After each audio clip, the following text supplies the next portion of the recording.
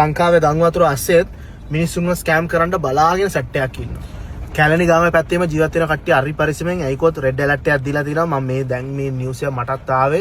ඒ පැත්තේ මගේ යාළුවෙක් මේ අප්ඩේට් දුන්නේ. ඉතින් කට්ටිය පරිස්සමෙන් ඔයාලා සේෆ් තැනකට යන්න. ඒකත් එක්ක මේ ළමයි තියන් ඉන්න අම්මලා තාත්තලාම පරිස්සමෙන් පොඩ්ඩක් ඒකවත් ළමයින්ව පරිස්සමෙන් බලාගන්න. මේ අවස්ථාවලදී මොනවා වෙයිද කියලා දන්නේ නැහැ. ගවර්න්මන්ට් එකෙන් ඇවිල්ලා මම දන්නතර පොඩි පොඩි දේවල් ටික arrange කරනවලු. ඔයාලට එතනට ගිහලා settle වෙන්න until මේ flood එක ඕවර් වෙනකන්. and ඒකත් අමතරව ඔයාලා ගෙවල් එකේ ඔයාලා යනකොට පරිස්සමෙන් ඒකවත් මේ අවස්ථාවේ තමයි ඔරු ඉන්නේ අපේ ලංකාවේ. අම්මා පුළුවන් තරම් ඇවිල්ලා ඔයාලගේ දේවල් කොල්ලකන් යන්න බලන්නේ. එතනත් පරිස්සමෙන් ඉන්න.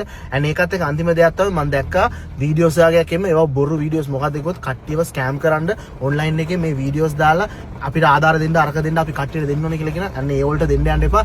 මේ මම ඔයාලට කැප්ෂන් එකේ මම එලා ගවර්න්මන්ට් එකේ ලින්ක් එකක් දාන්න. ඒ ගවර්න්මන්ට් එකේ ලින්ක් එකෙන් ඔයාලට ආධාරයක් දෙන්න ඕනේ දෙන්න.